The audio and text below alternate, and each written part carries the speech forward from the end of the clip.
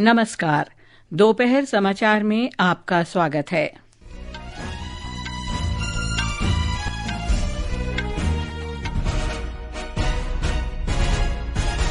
भारत ने चीन के साथ सीमा निर्धारण के स्थायी समाधान और अविश्वास दूर करने पर बल दिया।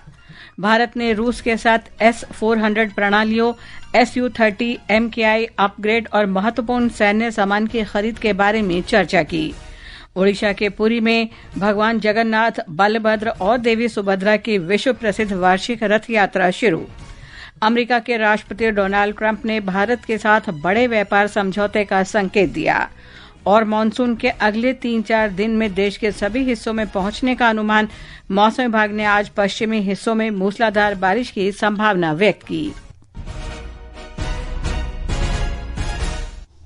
दोपहर समाचार के साथ मैं लवलीन निगम। भारत ने चीन के साथ वर्ष 2020 के बाद सीमा के बारे में आए गतिरोध और आपसी अविश्वास दूर करने के लिए सीमा निर्धारण के स्थायी समाधान पर जोर दिया है। भारत चीन सीमा पर शांति और सद्भाव बनाए रखने की जरूरत पर बल देते हुए भारत ने आपसी मतभेद कम करके सीमा विवाद हल करने के उपाय खोजने को कहा है। रक्षा मंत्री राजनाथ सिंह ने चीन में शंघाई सहयोग संगठन के रक्षा मंत्रियों की बैठक से अलग चीन के रक्षा मंत्री एडमिरल डोंग जुन के साथ बैठक की। दोनों नेताओं ने सीमा से जुड़े विभिन्न मुद्दों पर प्रगति पर निगाह रखने के लिए बातचीत जारी रखने पर सहमति व्यक्त की।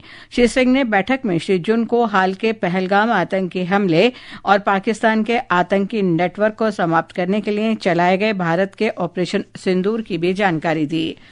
भारत ने रूस के साथ S-400 प्रणालियों, Su-30 MKI अपग्रेड और महत्वपूर्ण सैन्य हार्डवेयर की खरीद के बारे में चर्चा की है। रक्षा मंत्री राजनाथ सिंह ने चीन के किंगदाओ में शंघाई सहयोग संगठन के रक्षा मंत्रियों की बैठक से अलग रूस के रक्षा मंत्री आंद्रे बेलोसी से विभिन्न मुद्दों पर विस्तार से बातचीत की। रक्षा मंत्री राजनाथ सिंह ने बेलारूस, ताजिकिस्तान और कजाकिस्तान के साथ तकनीकी सहयोग बढ़ाने के लिए नए अवसरों की खोज और रक्षा सहयोग जारी रखने की जरूरत पर बल दिया। शंघाई सहयोग संगठन की बैठक से अलग इन तीनों देशों के रक्षा मंत्रियों के साथ बैठक में श्री सिंह ने भारत में रक्षा उत्पाद बढ़ाने और आत्मनिर्भरता प्राप्त करने की दिशा में हुई प्रगति का उल्लेख किया। श्री सिंह ने पहलगाम आतंकी हमले और भारत के ऑपरेशन सिंदूर के बारे में भी जानकारी दी।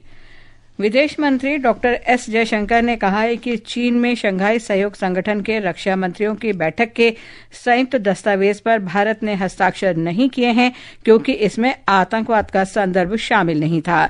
नई दिल्ली में पत्रकारों से बातचीत में डॉक्टर जयशंकर ने कहा कि रक्षा मंत्री राजनाथ सिंह ने साफ शब्दों में कहा है कि संयुक्त दस्तावेज में आतंकवाद का उल्लेख नहीं होगा तो भारत हस्ताक्षर नहीं करेगा। Rajnath ji's view rightly was that without that reference, when the main purpose of that organization is to fight terrorism, and you are not allowing a reference to that, I am not prepared to. So I think it is very understandable and सर्वसम्मति से SCO चलता है। तो एक देश ने जो है उन्होंने कहा कि हम नहीं मानेंगे कि आतंकवाद का कहीं जिक्र होना है, और राजनाथ जी ने कहा कि अगर आतंकवाद का कोई इसमें जिक्र नहीं है तो हम लोग जो है वो स्टेटमेंट नहीं मानेंगे। विदेश मंत्री डॉक्टर सुब्रमण्यम जयशंकर ने कहा है कि 1975 में लगाया गया आपातकाल देश और समाज का मनोबल तोड़ने के लिए था। आपातकाल के 50 वर्ष पूरे होने के अवसर पर आज नई दिल्ली में आयोजित एक समारोह में उन्होंने कहा कि जब परिवार को देश से आगे रखा जाता है तब आपातकाल जैसी परिस्थितियां पैदा होती हैं। I told young people that emergency happened because interest of a family was put ahead of the interest of the nation. Today, interest of the nation put ahead. I have a great sense of pride when I see parliamentary delegations, all parties going out across the world, speaking in defense of our national interest, giving the message that terrorism is not acceptable. कि हमारी नीति है zero tolerance of terrorism, and if terrorism continues, we reserve the right to defend our people. Doctor Jaishankar ने कहा कि आपातकाल के दौरान 5 संवैधानिक संशोधन किए गए और 48 अध्यादेश पारित किए गए। राष्ट्रपति द्रौपदी मुर्मू ने कहा है कि देश के सतत आर्थिक विकास के लिए एक मजबूत सूक्ष्म, लघु और मध्यम उद्यम MSME तंत्र जरूरी है। राष्ट्रपति ने कहा कि यह देश की अर्थव्यवस्था का एक मजबूत स्तंभ है। आज नई दिल्ली में अंतर्राष्ट्रीय MSME दिवस को समारोह को संबोधित करते हुए उन्होंने कहा कि MSME क्षेत्र देश के विकास में महत्वपूर्ण भूमिका निभा रहा है। उन्होंने कहा कि इससे क्षेत्र का देश के सकल घरेलू उत्पाद में लगभग 30%, विनिर्माण क्षेत्र में 36% और निर्यात में 45% का योगदान है। सूक्ष्म, लघु और मध्यम उद्यम न केवल देश के सफल घरेलू उत्पाद में महत्वपूर्ण योगदान देते हैं, बल्कि वे जमीनी स्तर पर नवाचार को भी बढ़ावा देते हैं। ये उद्यम रोजगार सृजन के साथ साथ सामाजिक समावेश को भी सफल प्रदान करते हैं। एमएसएमई क्षेत्र भारत के सफल घरेलू उत्पादों में 30% का योगदान रहा है। ये क्षेत्र कृषि के बाद देश में दूसरे सबसे बड़ा रोजगार सृजनकर्ता भी है। वित्त मंत्री निर्मला सीतारामन ने आज नई दिल्ली में विभिन्न मापदंडों पर सार्वजनिक क्षेत्र के बैंकों के प्रदर्शन संबंधी समीक्षा बैठक की अध्यक्षता की। बैठक में वित्त राज्य मंत्री पंकज चौधरी, वित्तीय सेवा विभाग के सचिव एम नागराजू और सार्वजनिक क्षेत्र के बैंकों के प्रबंध निदेशक और सीईओ शामिल हुए। ये समाचार हमारी वेबसाइट www.newsonair.gov.in और हमारे न्यूज ऑन एआईआर ऐप पर भी उपलब्ध हैं। ओडिशा के पुरी में भगवान जगन्नाथ की विश्व प्रसिद्ध वार्षिक रथ यात्रा आज से शुरू हो रही है। इसमें भाग लेने के लिए देश विदेश से लाखों श्रद्धालु एकत्रित हुए हैं। भगवान जगन्नाथ, भगवान बलभद्र और देवी सुभद्रा की शोभा यात्रा आज सुबह भक्ति भाव और उत्साह के साथ निकाली गई। शोभा यात्रा में पुजारियों द्वारा देवताओं के विग्रह को जगन्नाथ मंदिर के गर्भगृह से उनके राजसी रथों तक ले जाया गया। शोभा यात्रा में श्रद्धालुओं की सुविधा के लिए राज्य पुलिस और जिला प्रशासन ने सुरक्षा के व्यापक प्रबंध किए हैं। रथ यात्रा के बारे में और जानकारी के लिए बात करते हैं पुरी में मौजूद हमारी संवाददाता इतिश्री से। जी इतिश्री, अभी तो वहां अपार भीड़ है, लोगों में उत्साह कैसा है और क्या भगवान जगन्नाथ, बलभद्र और बहन सुभद्रा रथ पर सवार हो चुके हैं? नवलीन, महाप्रभु की रथ यात्रा के लिए आज रथ और पथ दोनों तैयार हैं। जैसा कि आप सुन सकती हैं कि पुरी में घंटियों की ध्वनि से पूरी गूंज रहा है और चारों तरफ जय जगन्नाथ का उद्घोष है। रथ यात्रा की रीति नीति की बात करें तो श्री जगन्नाथ नंदीघोष पर और श्री बलभद्र तालध्वज और देवी सुभद्रा दर्पदल रथ पर सवार होकर आज अपने मौसी के घर 9 दिनों की यात्रा पर निकलेंगे और सुबह करीब 10:30 बजे के बाद भगवानों की पहंडी हुई, उन्हें रथ पर लाया गया। थोड़ी देर बाद गजपति महाराजा दिव्य सिंहदेव रथ पर छेरा कोहरा की नीति संपन्न करेंगे और दोपहर को करीब 4 बजे सिंह द्वार से मौसी माँ की मंदिर की तरफ रथ खींचे जाएंगे। लवली, इतिश्री, लाखों की संख्या में वहाँ जो है लोग उपस्थित हैं, तो प्रशासन के क्या प्रबंध हैं? जैसा कि आपने कहा कि प्रशासन ने बताया इस साल 10 लाख से अधिक लोग पूरी रथ यात्रा में शामिल होने की संभावना है।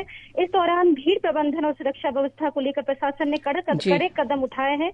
पूरी में आज 205 प्लेटून फोर्स तैनात किए गए हैं। इसके साथ ड्रोन और एआई कैमरे भी लगाए गए हैं। वहीं लोगों को स्वास्थ्य सेवा मुहैया करवाने के लिए डॉक्टरों को तैनात किया गया है। श्री मंदिर प्रशासन की तरफ से श्रद्धालुओं की सहायता के लिए हेल्पलाइन नंबर भी जारी किए गए हैं। लवली, धन्यवाद इतिश्री इस जानकारी के लिए। उधर झारखंड की राजधानी रांची में रुक रुक कर हो रही बारिश के बीच आज सुबह से ही रथ यात्रा के दिन भगवान जगन्नाथ, भगवान बलभद्र और देवी सुभद्रा की विशेष पूजा अर्चना की जा रही है।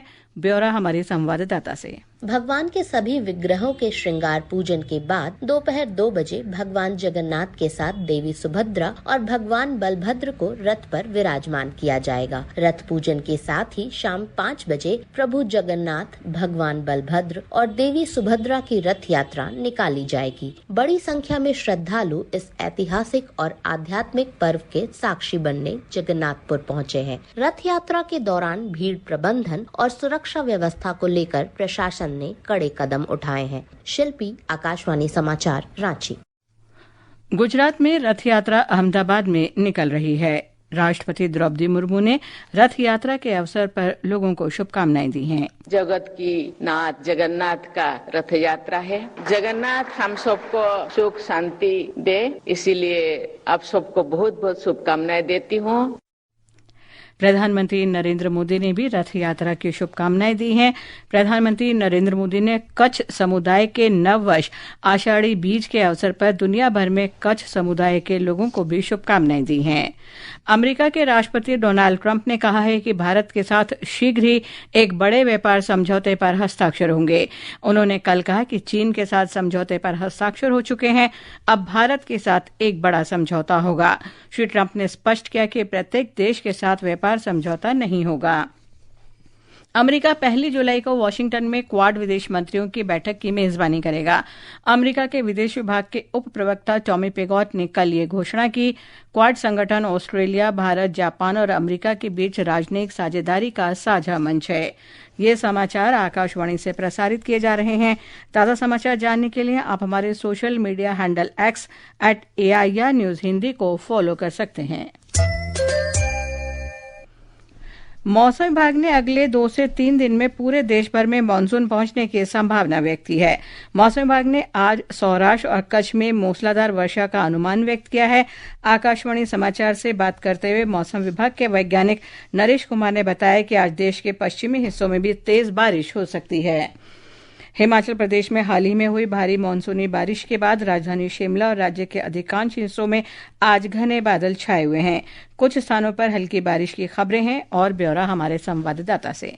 हिमाचल प्रदेश के कांगड़ा जिला मुख्यालय धर्मशाला के समीप खनियारा की मनूनी खड्ड में बाढ़ आने से बहे 8 श्रमिकों में से 5 के शव बरामद कर लिए गए हैं, जबकि 3 लोग अभी भी लापता बताए जा रहे हैं, जिनकी तलाश में राहत व बचाव कार्य युद्ध स्तर पर जारी है। इस बीच जिला लाहौल स्पीति में भूस्खलन के चलते अवरुद्ध हुए लाहौल घाटी को स्पीति से जोड़ने वाले ग्राम्फू लोसर सड़क मार्ग और काजा से जिला किन्नौर के समदो सड़क मार्ग को आवाजाही के लिए खोल दिया गया है। उधर जिला चंबा में अभी भी कुछ संपर्क मार्ग अवरुद्ध हैं, जिन्हें खोलने के प्रयास जारी हैं। मौसम विभाग ने आज और कल बारिश का येलो अलर्ट, जबकि 29 जून को भारी बारिश का ऑरेंज अलर्ट जारी किया है। रितेश कपूर, आकाशवाणी समाचार, शिमला। अंतर्राष्ट्रीय क्रिकेट परिषद ICC ने 2020 मैचों के लिए नए पावर प्ले नियमों की घोषणा की है। अगले महीने से प्रभावी होने वाले नियमों के अनुसार बारिश, खराब रोशनी या अन्य कारणों से 8 ओवर तक के मैच में अब पावर प्ले 2 ओवर और 2 गेंद का होगा और 30 गज के घेरे के बाहर केवल 2 खिलाड़ी मौजूद रह सकेंगे। इसी तरह 5 ओवर की पारी के लिए 1.5 ओवर पावर प्ले के होंगे। 10 ओवर की पारी में 3 ओवर और 15 ओवर की पारी के लिए 4.5 ओवर पावर प्ले के निर्धारित किए गए हैं। हॉकी इंडिया मास्टर्स कप का महिला वर्ग के फाइनल मुकाबला अभी चेन्नई में ओडिशा और पंजाब के बीच खेला जा रहा है। शाम 4 बजे पुरुष वर्ग के फाइनल में तमिलनाडु का सामना महाराष्ट्र से होगा। आज तीसरे और चौथे स्थान के लिए खेले गए मुकाबले में महिला वर्ग में हरियाणा ने तमिलनाडु को 4-3 से और पुरुष वर्ग में चंडीगढ़ ने उड़ीसा को 2-3 से हराकर तीसरा स्थान प्राप्त किया। पुरुष वर्ग में ये मुकाबले 40 वर्ष से अधिक आयु और महिला वर्ग में 35 वर्ष से अधिक आयु वर्ग के बीच खेले जा रहे हैं। युवा मामले और खेल मंत्रालय ने युवाओं के लिए डिजिटल सेवाओं तक पहुंच को आसान बनाने के लिए माय भारत पोर्टल और व्हाट्सएप का एकीकरण किया है। व्हाट्सएप चैटबॉट अब माय भारत पोर्टल पर उपलब्ध है और इस सुविधा को सीधे व्हाट्सएप नंबर 7289001515 के माध्यम से प्राप्त किया जा सकता है। व्हाट्सएप के माध्यम से माय भारत पोर्टल डिजिटल सेवाओं तक पहुंच बढ़ाने के लिए लाभकारी है। सरकार ने दिव्यांगजनों और बुजुर्ग नागरिकों की सुविधा के लिए सुगम्य भारत ऐप को नया रूप दिया है। सामाजिक न्याय और अधिकारिता मंत्रालय ने 2021 में इस ऐप को लॉन्च किया था, जो नागरिकों के लिए सार्वजनिक बुनियादी ढांचे, परिवहन तथा सूचना और प्रसारण प्रौद्योगिकी प्रणालियों में सुलभता के मुद्दों की रिपोर्ट करने के लिए एक आवश्यक मंच के रूप में कार्य करता है। अपनी स्थापना के बाद से ऐप को लगातार लगभग 3000 शिकायतें प्राप्त हुई हैं, जिनमें से लगभग 2000 का सफलतापूर्वक समाधान किया गया। दिल्ली की मुख्यमंत्री रेखा गुप्ता ने आज राष्ट्रीय राजधानी में 100 इलेक्ट्रिक बसों को हरी झंडी दिखाई। मीडिया से बातचीत में मुख्यमंत्री गुप्ता ने कहा कि समर्पित 100 देवी इलेक्ट्रिक बसें राजधानी के भीतर 9 मार्गों पर चलेंगी। अंत में मुख्य समाचार एक बार फिर। भारत ने चीन के साथ सीमा निर्धारण के स्थायी समाधान और अविश्वास दूर करने पर बल दिया। भारत ने रूस के साथ S-400 प्रणालियों, Su-30 MKI अपग्रेड और महत्वपूर्ण सैन्य सामान की खरीद के बारे में चर्चा की। ओडिशा के पुरी में भगवान जगन्नाथ, बलभद्र और देवी सुभद्रा के विश्व प्रसिद्ध वार्षिक रथ यात्रा शुरू। अमेरिका के राष्ट्रपति डोनाल्ड ट्रंप ने भारत के साथ बड़े व्यापार समझौते पर हस्ताक्षर किए और मानसून के अगले 3-4 दिन में देश के सभी हिस्सों में पहुंचने का अनुमान। मौसम विभाग ने आज पश्चिमी हिस्सों में मूसलाधार बारिश की संभावना व्यक्त की। इसके साथ ही दोपहर समाचार का यह अंक समाप्त हुआ। नमस्कार।